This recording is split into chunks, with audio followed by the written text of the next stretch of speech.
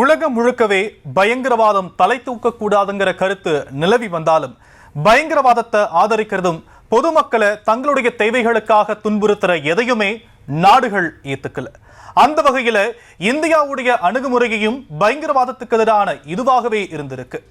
உலக நாடுகள் சண்டை போடும்போது அதை பேச்சுவார்த்தை நடத்தி தீர்வு காணணும்னு ஒரு பார்வையை முன்வைக்கிற இந்தியா பாகிஸ்தான் விஷயத்துல அதை கடைபிடிக்குதான்னு கேள்வி எழுப்புனா இந்தியா எதிர்க்கிறது பாகிஸ்தானை இல்ல பயங்கரவாதம் அப்படிங்கிறது தான் பதிலா இருக்கு. பஹல்காம் தாக்குதல் இந்தியாவுடைய பொறுமையை சோதிச்சு பார்த்த நிகழ்வு. பஹல்காம தாக்குதல் தொடங்கி அதுக்கப்புறமா ஆபரேஷன் சிந்தூர்னு 20 நாட்கள் இந்தியா பாகிஸ்தான் நடுவில் நடந்த நிகழ்வுகளை 5 அத்தியாயங்களா இப்ப நம்ம பார்க்கலாம்.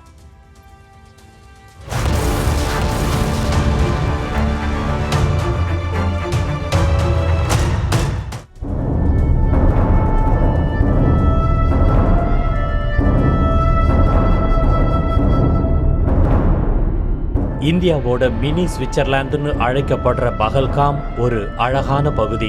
காஷ்மீர்னு சொன்ன உடனே நமக்கு வெள்ளை பனிமலைகளுக்கு அப்புறமா நினைவுக்கு வர்றது அங்க இருக்கிற சுற்றுலா தலங்கள் தான்.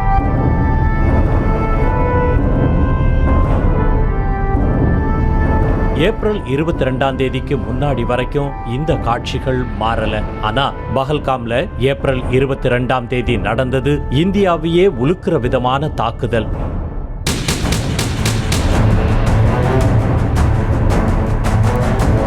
எல்லாருக்கும் காஷ்மீர் மேல இருக்கிறது காதல்னா, அதே காஷ்மீர் மேல பயங்கரவாதிகளும் அவங்கள ஆதரிக்கிற பாகிஸ்தானுக்கும் இருக்கிறது தீராத வன்மம்.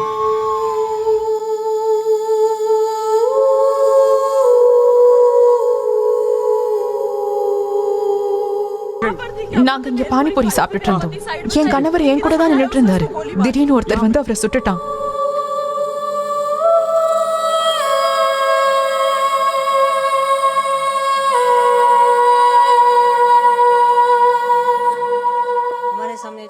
அங்க இருந்த மக்களை வந்த ஆட்கள் 2ஆ பிரிஞ்சு நிக்க சொன்னாங்க. இந்துக்கள் ஒரு பக்கமோ முஸ்லிம்கள் ஒரு பக்கமோ பிரிஞ்சு நிக்க சொன்னாங்க.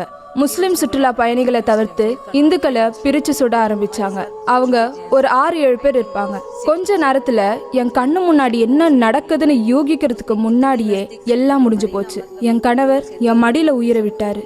என் குழந்தைங்க என் பின்னாடி இருக்காங்க. என்னால அவரை காப்பாற்ற முடியல. எங்களை சுட வந்தவன் உயரமா இருந்தான். பச்சை கலர் பைஜாமா குர்த்தி அணிஞ்சிருந்தான். அவன் கிட்ட கேமரா இணைக்கப்பட்ட துப்பாக்கி இருந்துச்சு. அவன் அங்க இருந்தவங்களை சுட்டுட்டு ஈஸியா தப்பிச்சு போயிட்டான்.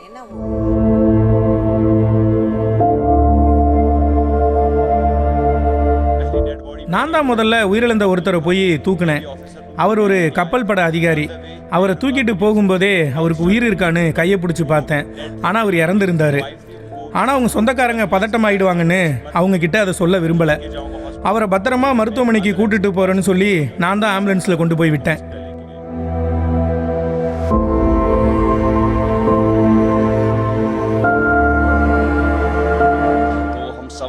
நாங்கள்லாம் இந்த பகுதியை சேர்ந்தவங்க தான். எங்களோட குதிரைகள்லாம் ஓரமாக நிறுத்திட்டு தாக்குதல் நடந்த இடத்துக்கு உடனே போயிட்டோம். நடக்க முடியாதவங்களை எங்களோட தோளில் தூக்கிட்டு போனோம். அவங்களுக்கு குடிக்க கொஞ்சம் தண்ணி கொடுத்தோம். முதல்ல மனுஷனாக பார்க்கணும், அப்புறம் தான் இந்த மதம்லாம். அவங்க எங்கள் விருந்தினர், அவங்கள பத்திரமா பார்த்துக்க வேண்டியது எங்களோட கடமை.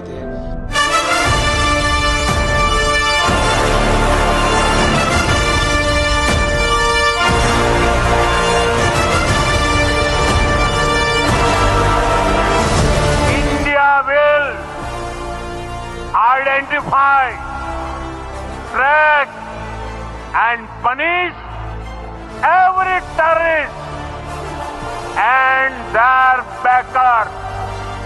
We will pursue them to the ends of the earth. India's spirit will never be broken by terrorism. Terrorism will not go unpunished.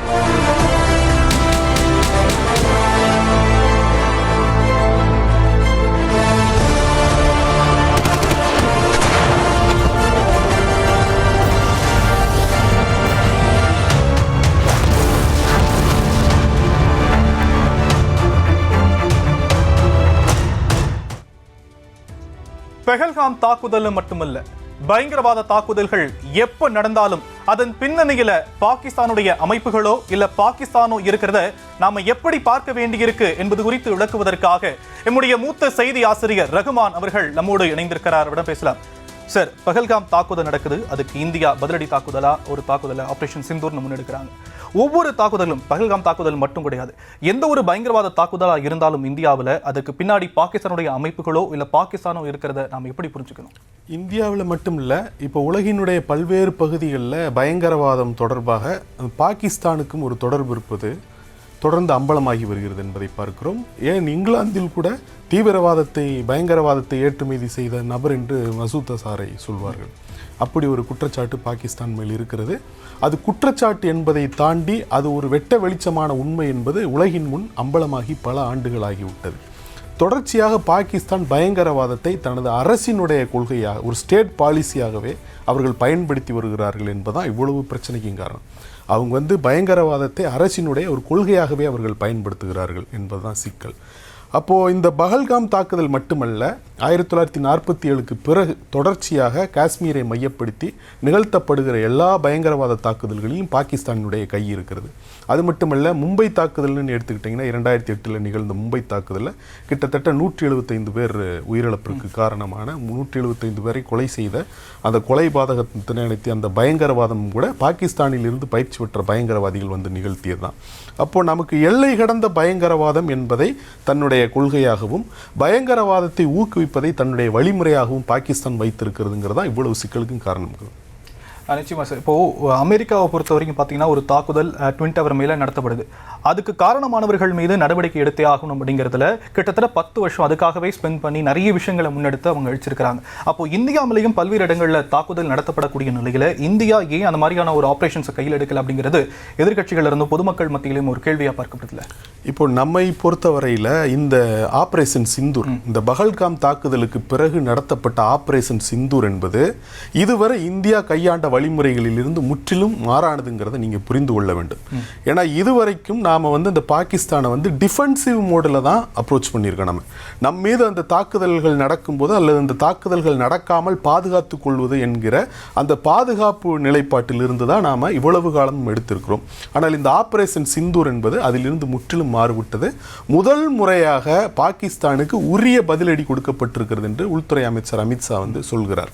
அப்போ ஏன் அப்படி சொல்கிறாங்க அப்படின்னீங்கன்னா, பாகிஸ்தான்லேருந்து தொடர்ச்சியாக இந்தியா மீது இந்த பயங்கரவாத தாக்குதல்கள் நிகழ்த்தப்படுவதற்கு என்ன காரணம்னா, அங்கே இருக்கக்கூடிய பயங்கரவாதிகள், அந்த பயங்கரவாதிகளுடைய அமைப்பு, அதுக்கான நெட்வொர்க், அதை தாண்டி பாகிஸ்தான் அரசு அவர்களுக்கு வழங்கி இருக்கக்கூடிய கட்டமைப்பு, இதுதான் ரொம்ப தொடர்ச்சியான சிக்கல்களாக இருக்கிறது.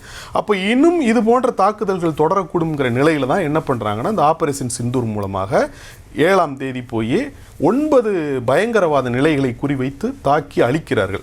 அப்போ பயங்கரவாத நிலைகளை குறிவைப்பது என்பது அங்கே இருக்கக்கூடிய பயங்கரவாதிகளை அழிப்பது, பயங்கரவாதிகளுக்கு பயிற்சி மையமாக செயல்படக்கூடிய பகுதிகளை அழிப்பது, அங்கே இருக்கக்கூடிய ஆயுதங்களை அழிப்பது, அவர்களுக்கான அந்த உள்கட்டமைப்புடைய முதுகெலும்பை முறித்து விடுவது என்பதுதான். அப்போ இவ்வளவு காலமும் இந்தியா கையாண்ட வழிமுறையிலிருந்து இது முற்றிலும் மாறான ஒரு வழிமுறையாக கையாளப்பட்டிருக்கிறது. இப்போ நாம் சொல்கிற மிக முக்கியமான ஒரு செய்தி, இந்திய அரசு சொல்கிற ஒரு செய்தி, ஆபரேஷன் சிந்தூர் என்பது முடிவுக்கு வந்துவிடவில்லை, நிறுத்தி வைக்கப்பட்டிருக்கிறது, அவ்வளவுதான். தற்காலிகமாக நம்ம பாஸ் பண்ணி வச்சிருக்கிறோம்.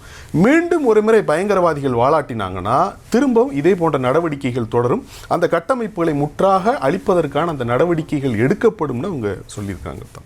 நிச்சயமா ஆபரேஷன் சிந்தூர் இன்னும் முடியல, தொடருது அப்படின்னு சொல்லியிருக்கக்கூடிய நிலையில பஹல்காம் தாக்குதலுக்கு அப்புறமா இந்தியா பல்வேறு கட்ட ஆலோசனை கூட்டங்களையும் ராஜாங்க ரீதியிலான நடவடிக்கைகளையும் அமைதியான முறையில தான் எடுத்திருக்கிறாங்க.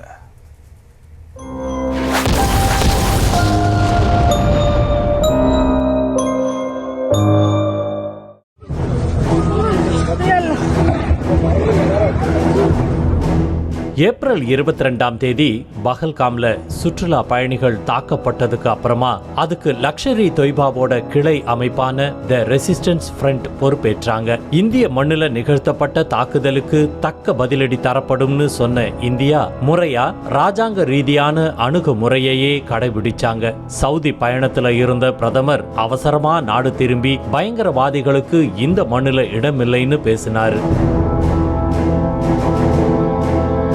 ஏப்ரல் 23ஆம் தேதி பாகிஸ்தானுக்கு போற சிந்து நதிநீர் ஒப்பந்தத்தை இந்தியா ரத்து செய்யறதா அறிவிச்சாங்க. ஏப்ரல் 25ஆம் தேதி அனைத்து கட்சி கூட்டம் கூட்டப்பட்டு இந்தியா எடுக்க போற நடவடிக்கைகள் விவாதிக்கப்பட்டுச்சு.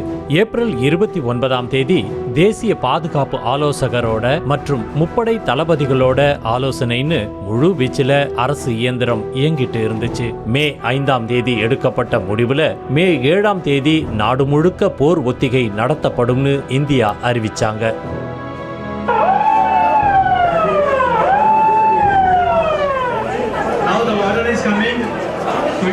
இதுவரைக்கும் இந்தியா முன்னெடுத்த எல்லா நடவடிக்கைகளுமே இந்தியா சர்வதேச அளவுல கடைபிடிக்கிற அமைதி நடவடிக்கைகள் தான். ஆனா அந்த அமைதியை பாகிஸ்தான் விரும்பல.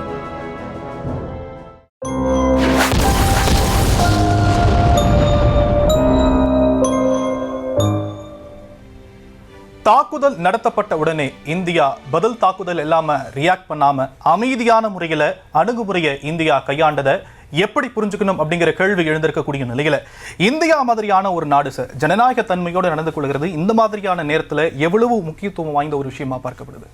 இந்தியாவை பொறுத்தவரையில் நாம் உலகின் முன் எப்படி பார்க்கப்படுகிறோம், அது ஒரு மிக முக்கியமான கேள்வி.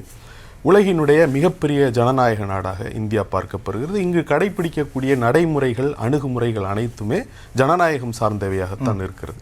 ஆனால் அதற்கு அப்படியே முரணாக பாகிஸ்தானுக்குள்ளே போனோம்னா ஜனநாயக தன்மையற்ற அங்கே ஜனநாயகம் என்பது வளரவே இல்லை, அது ஜனநாயகம் என்பது வேரூன்றவில்லை என்பதை பார்க்கிறோம். முழுக்க இராணுவ ஆட்சிகள், இராணுவத்தால் கட்டுப்படுத்தப்படுகிற ஒரு ஆட்சி, தீவிரவாதிகள் பயங்கரவாதிகளால் கட்டுப்படுத்தப்படுகிற ஒரு ஆட்சி என்கிற ஒரு நிலை தான் இருக்கிறது. இது பார்த்தீங்கன்னா நாம் இந்தியாவினுடைய ஜனநாயகத்தன்மை என்று பேசும் பொழுது இது ஒரு அருகருகே இருக்கக்கூடிய இரு முரண்பட்ட தேசங்களாக இருப்பதை பார்க்கிறோம்.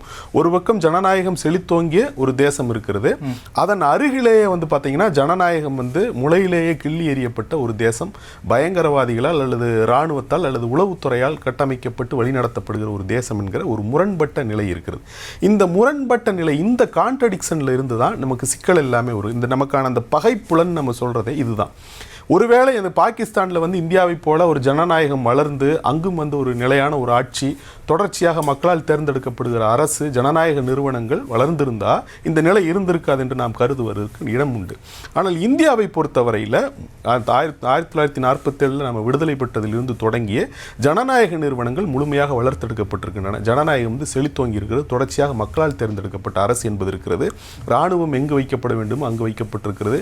நீதித்துறை, அரசு நிர்வாகம், சட்டமன்ற, நாடாளுமன்றங்கள் அவற்றிற்குரிய அதிகார வரம்புகளோடு செயல்பட்டு கொண்டிருக்கிறார்கள்ங்கிறதான். ஆனால் அப்படியே இதற்கு நேர்மாறான ஒரு நிலை என்கிற இந்த இப்படிப்பட்ட ஒரு சூழலுக்கு காரணம் உலக அரசியலும் ஒரு காரணம் என்பதை பார்க்கிறோம்.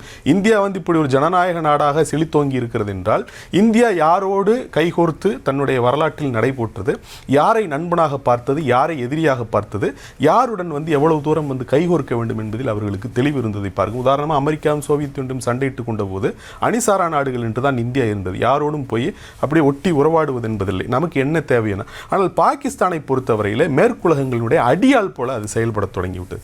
அதனுடைய பிறப்பிலிருந்தே பாகிஸ்தான் ஒரு அடியால் போல மேற்குலகங்கள் இந்தியாவுக்கு எதிரான எல்லா சதிவேளைகளையும் அரங்கேற்றுவதற்காகவும் மத்திய கிழக்கிலும் சரி, ஆப்கான் போன்ற நாடுகளிலும் சரி, பயங்கரவாதத்தை ஏற்றுமதி செய்வதற்கு ஒரு அடியால் போல பயன்படுத்தி கொண்டார்கள். குறிப்பாக அமெரிக்கா அப்படி பயன்படுத்தி கொண்டது என்பதை பார்க்கிறோம்.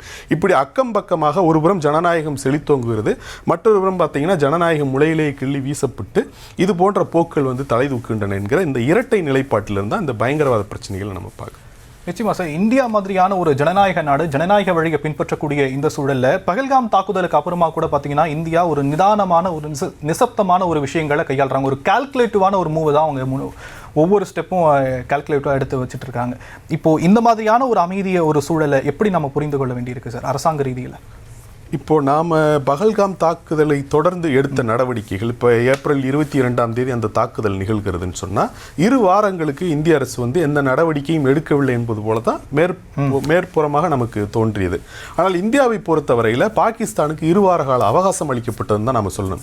ஏன்னா பாகிஸ்தானிலிருந்து வந்த அந்த ரெசிஸ்டன்ஸ் ஃபோர்ஸ் என்கிற TRF என்கிற அந்த ஒரு அமைப்பு தான் இந்த தாக்குதலை நிகழ்த்தியதாக முதலில் அவர்கள் தான் பொறுப்பேற்றுக் கொண்டார்கள் என்பதை பார்க்கிறோம். அந்த 4 பயங்கரவாதிகள் அடையாளம் கட்ட அடையாளம் காணப்பட்டவர்களில் ஒருவர் வந்து பாகிஸ்தான் ராணுவத்தினுடைய சிறப்பு படையிலேயே பணியாற்றியவர் என்பதும் உறுதியானது. இப்போ பாகிஸ்தான் தான் எல்லா ஆயுத உதவிகள் சப்ளைஸ் எல்லாம் கொடுத்து எல்லை கடந்த அவர்களை ஊடுருவ செய்து இந்த தாக்குதலை நிகழ்த்தி இருக்கிறார்கள் என்பது திட்ட தெளிவானதன் பிறகு அவர்கள் மீதும் அந்த நடவடிக்கைக்கு காரணமான அந்த பயங்கரவாத அமைப்பின் மீதும் பாகிஸ்தான் நடவடிக்கை எடுப்பதற்காக 2 வார காலம் அவகாசம் அளிக்கப்பட்டது. அது அவகாசம் தான். ஏன்னா அப்படி ஒரு அவகாசம் கொடுக்கணும் வேண்டும்னா இது வந்து இந்தியாவினுடைய அணுகுமுறை என்பது உலகின் பார்வையில் இந்தியாவுடைய அணுகுமுறை அல்லது இந்தியாவுடைய ஜனநாயகத்தன்மை வாய்ந்த அணுகுமுறை என்பது தான். அப்படி தான் அந்த அவகாசம் கொடுக்கப்பட்டது. அப்படி அவகாசம் கொடுக்கப்பட்டு அவர்கள் நடவடிக்கை எடுக்காததன் பிறகு தான் போய் தாக்குதல் நிகழ்த்துறாங்க. அப்போ தாக்குதல் நிகழ்த்தும் போது வந்து பார்த்தீங்கன்னா ஆபரேஷன் சிந்தூர் வந்து பயங்கரவாத நிலைகளை குறிவைத்து மட்டும் நடத்தப்படுகிறது. அங்கே இருக்கக்கூடிய சிவிலியன்ஸ்க்கோ எக்கனாமிக்கல் ஆக்டிவிட்டீஸ்க்கோ ஈவன் மிலிட்ரி எஸ்டாப்ளிஷ்மெண்ட்டுக்கோ எந்த விதமான பாதிப்பும் வந்துடாமல் முழுக்க பயங்கரவாத நிலைகளை குறிவைத்து தாக்குதல் நடத்தப்படுகிறது. அதிலும் அந்த வெளியுறவுத்துறை அமைச்சர் ஜெய்சங்கர் சொல்கிறார், இந்த ஆபரேஷன் சிந்தூர் நடவடிக்கை தொடங்கியதன் பிறகு 1:05 அந்த நடவடிக்கை தொடங்குகிறது. 1:30 25 நிமிட இடைவெளியில் வந்து இந்த 9 பயங்கரவாத மையங்கள் அளிக்கப்படுகின்றன. 25 நிமிடங்களில் இவ்வளவு வேலையும் செய்யப்படுகிறது. கிட்டத்தட்ட 24 தாக்குதல்கள் நடத்தப்பட்டிருக்கின்றன. பிரதமர் மோடி இது 22 நிமிடத்தில் முடிக்கப்பட்ட வேலை என்று அவர் சொல்கிறார். அப்படி அந்த ஆபரேஷன் தொடங்கியதன் பிறகு பாகிஸ்தானுக்கு சொல்லப்படுகிறது, ஆபரேஷன் தொடங்குவதற்கு முன்னல்ல தொடங்கியதன் பிறகு அதனுடைய முதல் கட்டத்தில் பாகிஸ்தானுக்கு எச்சரிக்கப்படுகிறது. அதாவது பயங்கரவாத நிலைகளை குறிவைத்து மட்டுமே நாங்கள் தாக்குதல் நடத்துகிறோம், இதில் பாகிஸ்தான் அரசோ ராணுவமோ மூக்கை நுழைக்க கூடாது என்கிற அர்த்தத்தில் வந்து அந்த தகவல் கொடுக்கப்படுகிறது என்பதை பார்க்கிறோம். இதுவும் நீங்க வந்து ரொம்ப கவனமாக இந்தியாவுடைய ஜனநாயகபூர்வமான அணுகுமுறைங்கிறத தான் நீங்க பார்க்கணும். ஏன்னா நீங்க தடாலடியா போய் ஒரு தாக்குதல் நடத்தக்கூடிய வலிமை நம்மிடம் இருக்கிறது, ஆனால் நாம் அப்படி செய்யவில்லை என்பதை பார்க்கிறோம். மாறாக அந்த பயங்கரவாத நிலைகளை குறிவைத்து தான் அந்த தாக்குதல் நடத்துகிறோம். இதன் பிறகு மே 8ஆம் தேதி பாகிஸ்தான் வந்து எதிர்த்தாக்குதல் என்கிற பெயரில் வந்து நமது எல்லைக்குள் ட்ரோன்களை அனுப்பி அப்பாவி பொதுமக்கள், மருத்துவமனைகள், கோவில்கள் அது போன்ற ஒரு நிலைக்கு வரும்போது தான் அதுவும் வந்து பார்த்தீங்கன்னா முதல் முறையில் வந்து அது தடுத்து நிறுத்தப்படுகிறது என்பதைத்தான் நம்ம பார்க்கணும். ஆபரேஷன் சிந்தூர் சிறப்பு நேரலையை தொடர்ந்து பார்க்கலாம். இந்தியா அமைதியான முறையை கையாண்டதுக்கு பாகிஸ்தான் அவ்வளவு சுமூகமான முடிவுகளை எடுக்க ஏதுவான செயல்களை செய்யல. சிம்லா ஒப்பந்தத்தை மீறுவேன்னு சொன்னது, இந்தியா மேல விமர்சனங்கள் வச்சது, இந்தியா எடுத்த நடவடிக்கைகளே போருக்கான தொடக்க புள்ளின்னு சொன்னது எல்லாமே இந்தியாவை அடுத்த கட்டத்துக்கு நகர்த்தி இருக்கு. அங்கதான் இந்தியாவுடைய அதிரடி அத்தியாயம் தொடங்கி இருக்கு.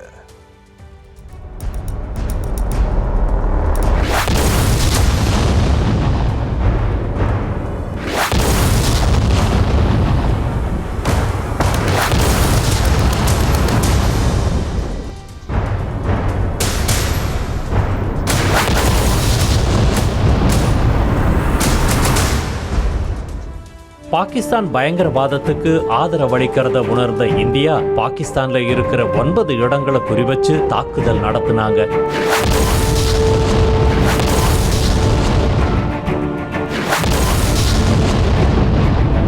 மே 7ஆம் தேதி அதிகாலை 1:28 மணிக்கு இந்திய ராணுவம் தன்னுடைய எக்ஸ் பக்கத்துல வெற்றிக்காக பயிற்சி பெற்றவர்கள் தாக்குதலுக்கு தயாராகிவிட்டனர்னு பதிவிடுறாங்க.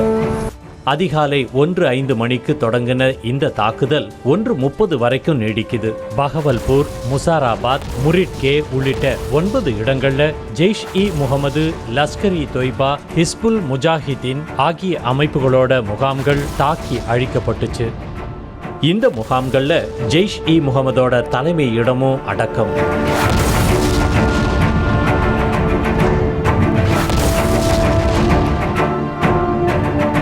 இந்த தாக்குதல்ல மசூத் அசாரோட உறவினர்கள் கொல்லப்பட்டதும் உறுதி செய்யப்பட்டுச்சு. இந்த பதில் தாக்குதலுக்கு இந்தியா வச்ச பெயர்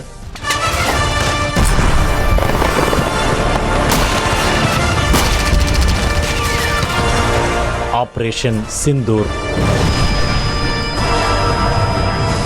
இந்த தாக்குதல் பத்தி இந்தியா முறையா செய்தியாளர் சந்திப்பை நடத்தி விளக்கம் கொடுத்தாங்க. இந்த விளக்கத்துல colonel Sofiya Qureshi, wing commander Vyomika Singh மற்றும் வெளியுறவு செயலாளர் விக்ரம் மிஸ்ரி தெளிவா ஆபரேஷன் சிந்தூரை விளக்குனாங்க. ऑपरेशन सिंदूर 22 अप्रैल को पहलगाम में हुए विभत्स आतंकवादी हमले के शिकार मासूम नागरिकों व उनके परिवारों को न्याय देने के लिए लॉन्च किया गया था। इस कार्रवाई में 9 टेररिस्ट कैंप्स को टारगेट किया गया और पूरी तरह से इसे बर्बाद किया गया।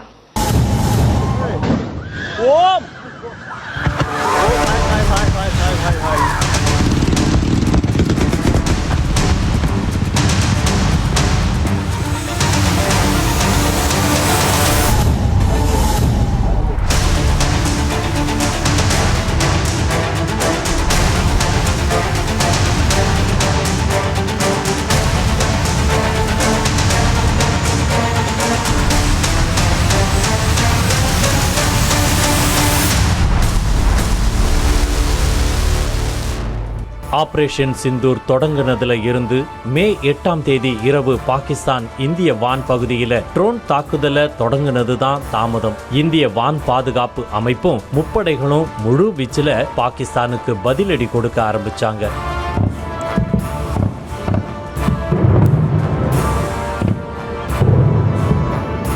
இந்தியா 10ஆம் தேதி வரைக்கும் பாகிஸ்தானோட அனைத்து முயற்சிகளையும் முறியடிச்சாங்க. 10ஆம் தேதி மதியம் 3:30க்கு இந்திய பாகிஸ்தான் அதிகாரிகளுக்கு நடுவுல நடந்த பேச்சுவார்த்தையில சண்டை நிறுத்தத்துக்கு ஒப்புதல் தெரிவிக்கப்பட்டதா சொல்லி தாக்குதல்கள் முடிவுக்கு வந்துச்சு.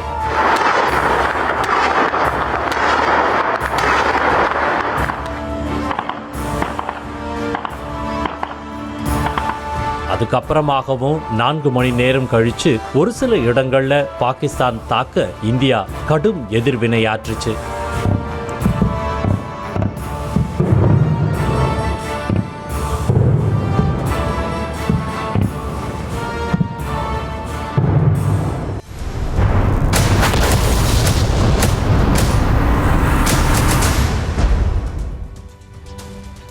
பயங்கரவாதத்துக்கு ஆதரவா பாகிஸ்தான் செயல்பட்டதற்கு பதில் தாக்குதலை இந்தியா கொடுத்திருக்கக்கூடிய நிலையில இங்க பயங்கரவாத தாக்குதல் எங்க பாகிஸ்தானுக்கு எதிரான தாக்குதலா மாறியது அப்படிங்கிற ஒரு கேள்வி எழுப்பப்பட்டிருக்கல சார். இப்போ நாம் பாகிஸ்தானை பொறுத்தவரையில் அங்கிருந்து ஏவி விடப்படக்கூடிய பயங்கரவாத செயல்களை தடுப்பது அல்லது கட்டுப்படுத்துவது அல்லது பதிலடி கொடுப்பது என்பதை பொறுத்தவரையில் இந்தியா தொடர்ச்சியாக பார்த்தீங்கன்னா 2 எல்லை கோடுகளை தெளிவாக கடைபிடித்து வந்திருக்கிறது இவ்வளவு காலம். அதை லட்சுமண ரேகை என்று கூட வர்ணிக்கிறார்கள். இந்த கோட்டை நாம் தாண்டிடக்கூடாது என்பது போன்ற ஒரு நிலைதான் இருந்திருக்கிறது. ஏன் அப்படி ஒரு நிலைப்பாட்டை நம்ம எடுத்தோம் அப்படின்னு பார்த்தீங்கன்னா முதலாவதாக பாகிஸ்தான் ஒரு அணு ஆயுத நாடு. நாம அணு ஆயுதங்கள் வைத்திருக்கிறோம், அதுபோல பாகிஸ்தானும் அணு ஆயுதங்கள் வைத்திருக்கிறது.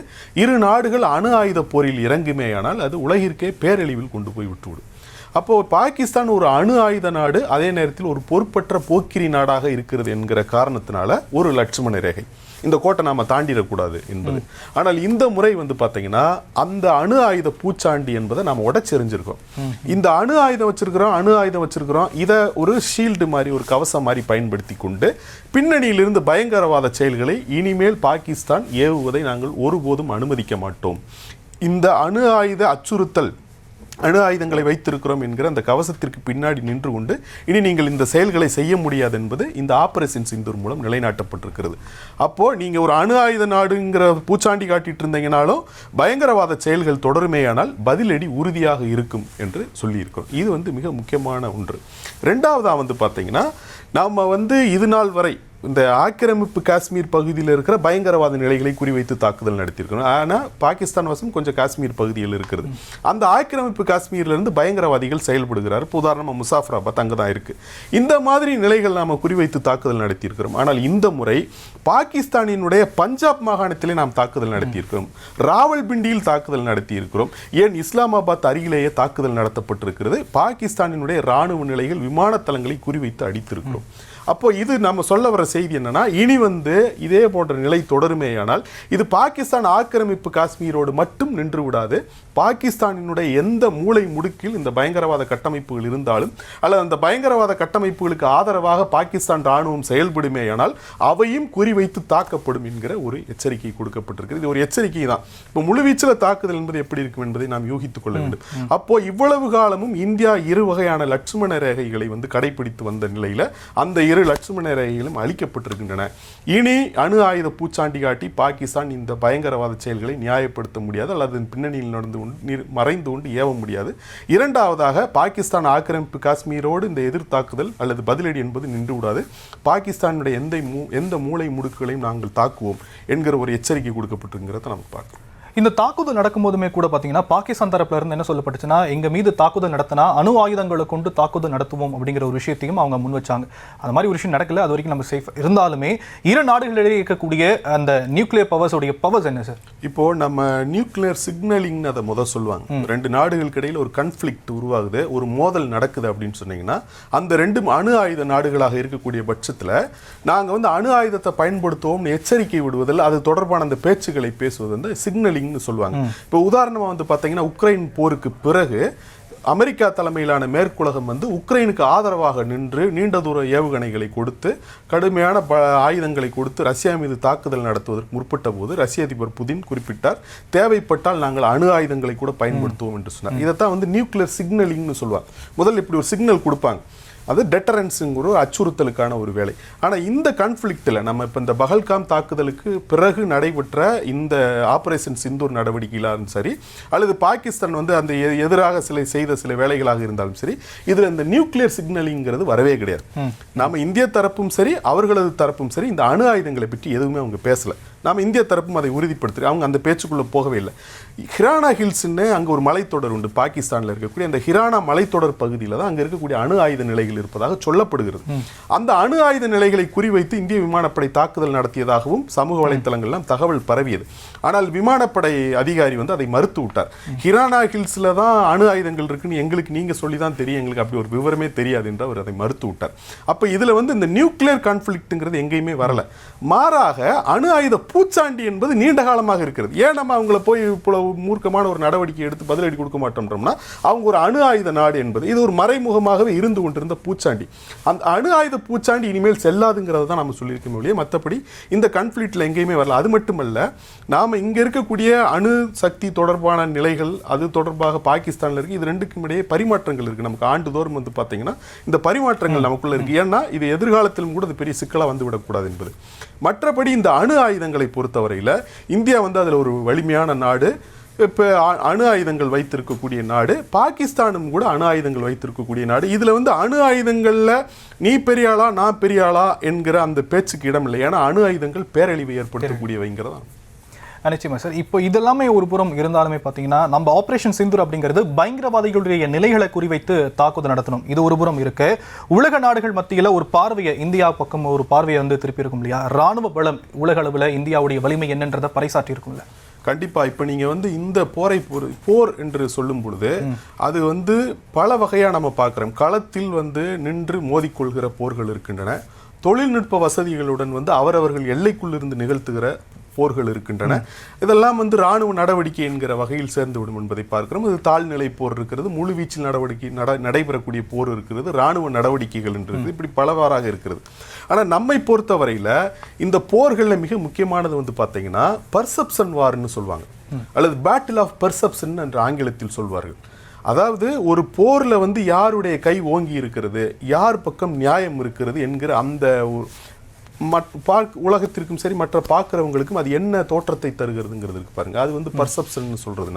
நமக்கு என்ன பர்செப்ஷன் இருக்கு இந்த போரை பொறுத்தவரையில், இது ரொம்ப மிக முக்கியமான ஒரு நிலை. இந்தியா ஒரு புறம் பாகிஸ்தானோடு இந்த ஆயுதங்களை கொண்டு அந்த தாக்குதலை நடத்தி இருக்கிறது, மற்றொரு புறம் அவர்கள் நிகழ்த்திய உளவியல் யுத்தத்தை முறியெடுத்திருக்கிறோம்.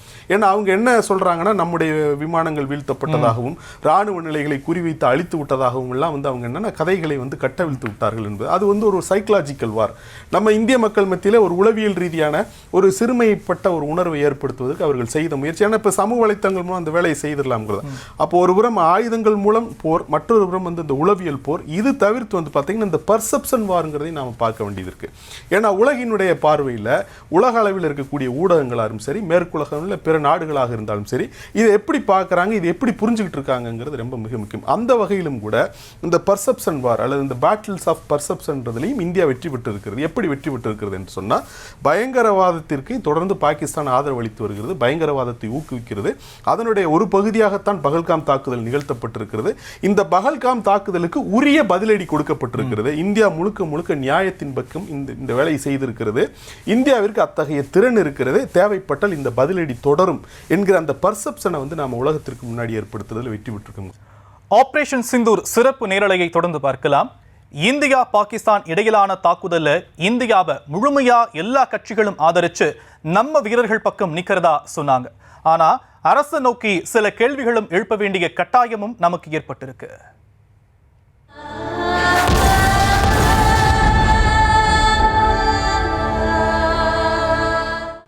On Saturday, my administration helped broker a full and immediate ceasefire, I think a permanent one, between India and Pakistan, ending a dangerous conflict of two nations with lots of nuclear weapons. And we helped also with trade. I said, come on, we're going to do a lot of trade with you guys. Let's stop it. Let's stop it. If you stop it, we're doing trade. If you don't stop it, we're not going to do any trade. இத Trump ஒரு இடத்துல சொல்லல, அவர் போற எல்லா இடத்துலயும் சொல்லிக்கிட்டே இருக்காரு. ஆனா இந்தியா இத எங்கேயுமே மறுக்கலங்கிற இடத்துல தான் கேள்விகள் எழ ஆரம்பிக்குது. இந்தியாவுக்கும் பாகிஸ்தானுக்கும் நடுவே ட்ரம்ப மத்தியஸ்தம் பண்ண சொன்னது யார்?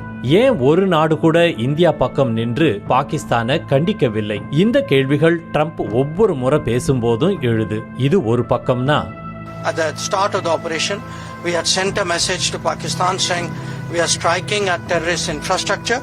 We are not striking at the military. So the military has an option of standing out and not interfering in this process. They chose not to take that good advice. India தாக்குதல் நடத்த போறது பத்தி பாகிஸ்தானுக்கு சொல்லலாம் என அங்கீகரித்தது யார்? தாக்குதல்ல நம்ம விமானங்களை இழந்திருக்கோமா? இத பொது வெளியில சொன்னா என்ன தப்புன்னு கேள்விகளை எழுப்புறாரு ராகுல் காந்தி.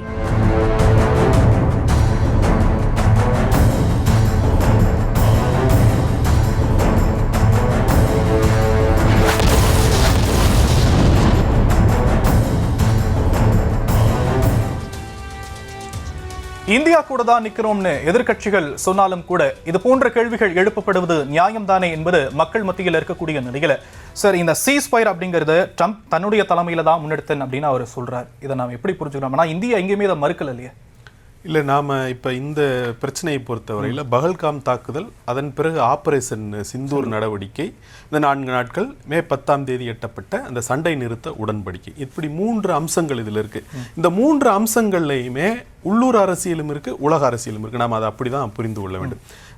எடுத்துக்காட்டாக நீ சான்றாக நீங்கள் அந்த பகல்காம் தாக்குதலை தொடர்ந்து ஒரு அனைத்து கட்சி கூட்டம் நடத்தப்பட்டது. அந்த அனைத்து கட்சி கூட்டத்தில் எதிர்க்கட்சிகள் எழுப்பிய மிக முக்கியமான கேள்வி, அந்த தாக்குதல் நடத்தப்பட்ட போது ஒரு ராணுவ வீரர் கூட ஏன் அந்த பகுதியில் இல்லை? அந்த பைசரன் மெடோஸ், பைசரன் வேலின்னு சொல்றாங்க இல்லையா, அது பகல்காம் அருகே இருக்கக்கூடிய ஒரு பள்ளத்தாக்கு பகுதி, ரொம்ப அற்புதமான ஒரு புல்வெளி. அதனால அந்த குட்டி சுவிட்சர்லாந்துன்னு சொல்றாங்க. அப்போ சுற்றுலா பயணிகள் நிறைய பேர் அங்கே போய் வர்றாங்க, அங்கே போறதுக்கு மிகவும் விருப்பமாக போய் வருவாங்க. அந்த பைசரன் மெடோஸ்ல, அந்த பைசரன் வேலியில ஏன் ஒரு ராணுவ வீரர் கூட இல்லை என்பது அங்கு எழுப்பப்பட்ட ஒரு கேள்வி. அந்த கேள்வியை சுற்றி ஒரு வலை பின்னப்பட்டது என்பதை நாம் பார்க்கிறோம். அதற்கு மத்திய அரசும் சில விளக்கங்களை கொடுத்தார்கள். இரண்டாவதாக, அந்த அனைத்து கட்சி கூட்டத்தில் பிரதமர் மோடி ஏன் கலந்து கொள்ளவில்லை என்கிற கேள்வியையும் காங்கிரஸ் அனுப்பியது. இப்போ அந்த தாக்குதல் நடந்த போது பிரதமர் மோடி சவுதி அரேபியாவில் இருந்தார். சவுதி அரேபியாவிலிருந்து உடனடியாக அந்த பயணத்தை பாதியிலேயே முடித்துக்கொண்டு அவர் இரவோடு இரவாக நாடு திரும்பி விட்டார். ஆனால் திரும்பி விட்டவர் அனைத்து கட்சி கூட்டத்தில் பங்கேற்காமல் பீகாருக்கு அந்த மதுபானில் நடைபெற்ற அந்த நலத்திட்ட உதவிகள் வழங்கும் விழா, அந்த பொதுக்கூட்ட நிகழ்ச்சிக்கு அவர் போயிட்டார். அப்போ இதை அவர் அரசியலாக்க பார்க்கிறாரா என்ற கேள்வியை காங்கிரசும் எழுப்பியது. அதில் குறிப்பாக ராகுல் காந்தியும் எழுப்பினார், காங்கிரஸ் தலைவர் மல்லிகார்ஜுன கார்கேவும் எழுப்பினார்கள். இது பகல்காமை வைத்து சொல்லப்படுகிறது.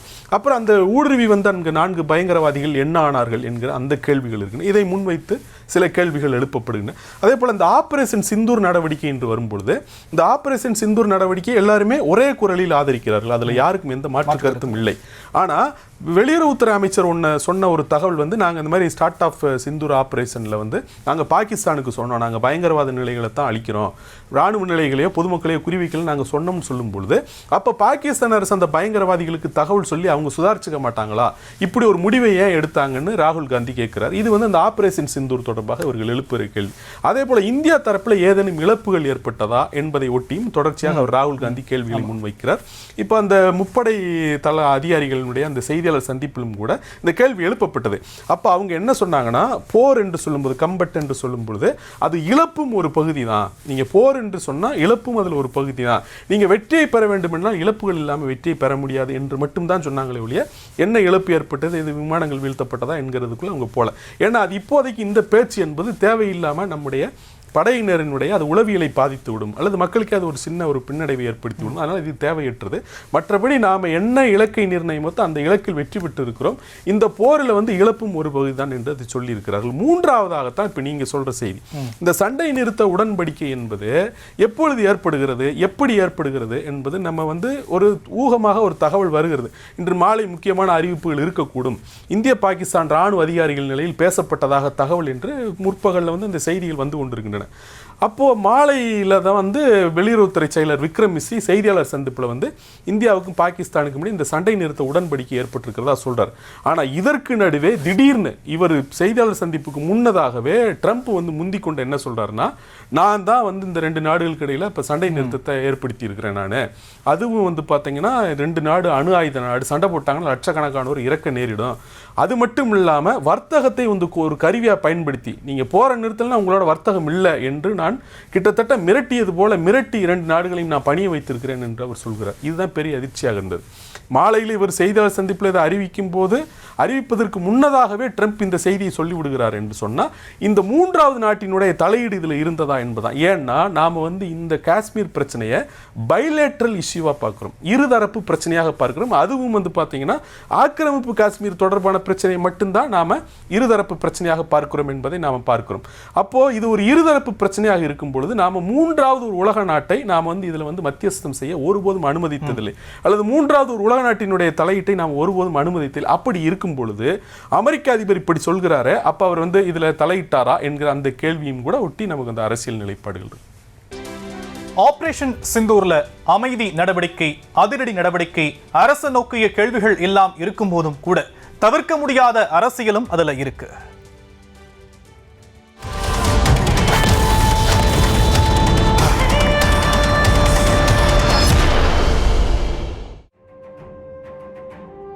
ஆபரேஷன் சிந்தூர் தொடர்பா உலக நாடுகளுக்கு எடுத்துரைக்க அனைத்து கட்சி எம்பிக்கள் தலைமையில 7 குழுக்களை மத்திய அரசு அமைச்சாங்க. இந்த 7 குழுக்களும் பல்வேறு உலக நாடுகளுக்கு சென்று இந்தியாவோட நியாயத்தை எடுத்துரைக்க வர்றாங்க.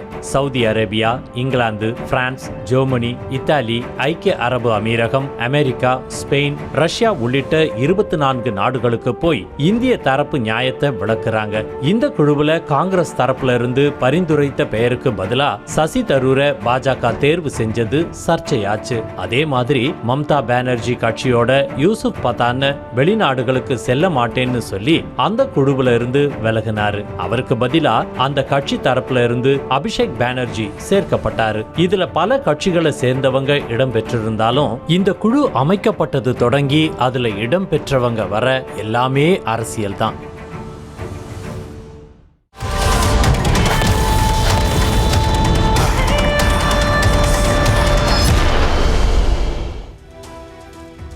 ஆபரேஷன் சிந்தூர் நடைபெற்று முடிந்திருக்கக்கூடிய நிலையில இது குறித்தான உலக நாடுகளுக்கு எடுத்துரைக்க 7 குழுக்களை இந்தியா உருவாக்கி 24 நாடுகளுக்கு அனுப்பியிருக்கக்கூடிய நிலையில இதன் பின்னாடி இருக்கக்கூடிய அரசியல் குறித்து நாம பேச வேண்டியிருக்கு சார். 7 குழுக்களாக பிரிந்து வெளிநாடுகளுக்கு அனுப்பியிருக்கிறாங்க சார் ஆபரேஷன் சிந்தூரை பத்தி விளக்கறதுக்காக. இது இருக்கக்கூடிய அரசியல் என்ன சார்? இந்த 7 எம்பிக்கள் குழுக்கள் 24 நாடுகளுக்கு போகிறார்கள். கிட்டத்தட்ட 36 நகரங்களுக்கு அவர்கள் போகிறார்கள். இது ஏன் அப்படிங்கிற ஒரு மிக முக்கியமான கேள்வி இருக்குது. இதுக்கு முன்னாடி நாம் இப்படி செஞ்சுருக்கோமா, இல்லை உலகில் வேறு நாடுகள் இது போல் செய்கின்றனவா, நாம் ஏன் இப்படி செய்கிறோம், இப்படி உலகத்துக்கெல்லாம் போய் நாம் இதை எடுத்துரைக்க வேண்டிய அவசியம் என்ன என்கிற கேள்வி எல்லோர் முன்னிலையிலும் இருக்குது. அது மிக முக்கியமான கேள்வி. ஆனால் அதுலேயும் கூட அதற்கு முன்னதாகவே அதில் இங்கே உள்ளூரில் ஒரு அரசியல் வந்து விட்டது என்பதை பார்க்கணும். ஏன்னா அந்தந்த கட்சிகள்கிட்ட அவங்க கேட்குறாங்க, திரிணாமுல் காங்கிரஸாக இருந்தாலும் சரி, காங்கிரஸாக இருந்தாலும் சரி, உங்கள் சார்பில் ஒரு 4 பேரை நீங்கள் பரிந்துரை செய்யுங்க, அவங்க கொண்ட குழுவை நாங்கள் வெளிநாடுகளுக்கு அனுப்புகிறோம் என்று சொல்கிறார்கள். அப்போ காங்கிரஸ் வந்து 4 எம்பிக்கள் கொண்ட ஒரு பட்டியலை வந்து அவங்ககிட்ட கொடுக்குறாங்க. அது சசி தரூர் பெயர் இல்லை. ஆனால் பாஜக என்ன பண்ணுறாங்கன்னா சசி தரூர் பெயரை இன்க்ளூட் பண்ணுறாங்க. இது காங்கிரஸுக்கும் பாஜகவுக்கும் இடையே ஒரு வார்த்தை பொறை உருவாக்கியது. அதே போல் வந்து யூசுப் பத்தான், அவர் ஒரு கிரிக்கெட் வீரர், இப்போ அவர் எம்பியாக இருக்கிறார் இல்லையா, அவர் பெயர் வந்து அதில் சேர்க்கப்பட்டது. அதுக்கு அவங்க மம்தா பானர்ஜி கடும் எதிர்ப்பு.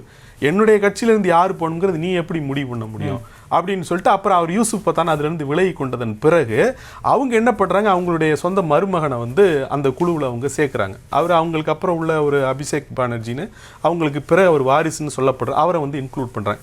இப்படி இதில் இங்கே உள்ளூர்லேயே ஒரு அரசியல் நடந்து நம்ம இப்போ இதுக்குள்ளே போக வேண்டியதில்லை. ஆனால் இந்த 7 குழுக்களை ஏன் அனுப்புகிறாங்க அப்படின்னீங்கன்னா, நாங்கள் வந்து ஏன் தாக்குதல் நடத்தணுங்கிறத போய் நாம் உலகத்துக்கு முன்னாடி நியாயப்படுத்திக்கிற போகிறோம் என்பது போல் சிலர் கருதுகிறார்கள். அப்படி அல்ல. நாம் வந்து ஆபரேஷன் சிந்தூர் நடவடிக்கையை யாரிடமும் போய் நியாயப்படுத்த எந்த அவசியமும் கிடையாது, அதுக்கு எந்த தேவையும் கிடையாது. நாம் வந்து நம்முடைய நிலைப்பாட்டிலிருந்து பயங்கரவாத நிலைகளை குறிவைத்து தாக்குதல் நடத்தியிருக்கிறோம் என்பதை உலகத்துக்கிட்ட போய் நாம் சொல்லிக்க வேண்டிய எந்த அவசியம் கிடையாது. ஆனால் மாறாக நம்ம ஏன் போகிறோம் அப்படின்னீங்கன்னா, ஏன்னா இந்த ஆபரேஷன் சிந்தூர் பகல்காம் தாக்குதல், ஆபரேஷன் சிந்தூர் நடவடிக்கை, சண்டை நிறுத்த உடன்பாடு, இந்த 3 அம்சங்கள் குறித்து உலகினுடைய ஊடகங்கள் எத்தகைய பார்வையை முன்வைத்தாங்கன்னு நீங்கள் பார்க்கணும். நாம் இந்திய ஊடகங்களில் சொல்லப்பட்டதை பார்த்தா, ஆனால் உலகினுடைய சர்வதேச ஊடகங்கள் என்ன சொன்னாங்க அப்படின்னா, நம்ம இந்திய தரப்பை வந்து அவங்க டவுன் பிளே தான் பண்ணாங்க. கிட்டத்தட்ட இந்தியாவையும் பாகிஸ்தானை ஒரு சரிசமமாக வச்சு பார்க்குற ஒரு நிலையில் தான் அவங்க பேசினாங்க. அது கிட்டத்தட்ட 2 பேருக்கும் பாதிப்பு ஒரே போல தான் இருந்தது, 2 பேர் சமபலத்தில் நின்று மோதிக்கிட்டாங்க என்பது போலத்தான் இந்த சர்வதேச ஊடகங்கள் இப்படி ஒரு தோற்றத்தை வந்து உருவாக்கினார்கள். ஏன் அவங்க இந்த வேலையை செய்கிறாங்க? இது ரொம்ப மிக முக்கியமான கேள்வி. ஏன்னா பாகிஸ்தான் ஒரு பயங்கரவாத செயலை செய்திருக்கிறது, அதுக்கு இந்தியா ஒரு பதிலடி கொடுக்குதுன்னு அப்படி அந்த கோணத்தில் அந்த விஷயத்தை முன்வைக்காம இந்தியாவும் பாகிஸ்தான் ஏதோ முரண்பட்டு நிற்கிறாங்க என்பது போன்ற ஒரு தோற்றத்தை சர்வதேச ஊடகங்கள் முன்வைத்தார்கள். ஏன் அப்படி முன்வைக்கிறாங்க? ஏன் அமெரிக்கா தலைமையிலான மேற்குலகம் இப்படி ஒரு குரலில் பேசுகிறது? ட்ரம்ப் வந்து ஏன் நான் தான் மத்தியஸ்தம் பண்ணுறேன்னு சொல்கிறாருன்னு பார்த்தீங்கன்னா, அமெரிக்கா வந்து $30 ட்ரில்லியன் பொருளாதாரம், உலகினுடைய முதல் பொருளாதாரம் அதுதான். 2வது சீனா, அது $20 ட்ரில்லியன் பொருளாதாரம். இந்தியா வந்து 4வது இடத்தில் இருக்கிறது. $30 ட்ரில்லியன், $20 ட்ரில்லியன், ஆனால் இந்தியா $5 ட்ரில்லியன் பொருளாதாரம் தான். அப்படி இருந்தாலும் கூட அமெரிக்காவை விட வந்து பார்த்தீங்கன்னா 3 மடங்கு, சீனாவோட 2 மடங்கு பொருளாதார வளர்ச்சி. அப்போ நாமும் வருங்காலத்தில் இந்த உலக சந்தையை கட்டுப்படுத்துகிற ஒரு நாடாக உருவாகக்கூடும் என்கிற அச்சம் வந்து இருக்கிற ஒரு நிலையில தான் ட்ரம்ப்பும் இப்படி ஒரு குரலில் பேசுகிறார். சர்வதேச ஊடகங்களும் இப்படிப்பட்ட ஒரு தோற்றத்தை உருவாக்க முயற்சிக்கின்றன. அதை அடித்து நொறுக்குவதற்காகத்தான் இந்த குழுக்கள் பிரதானமாக போகிறாங்கிறத நம்ம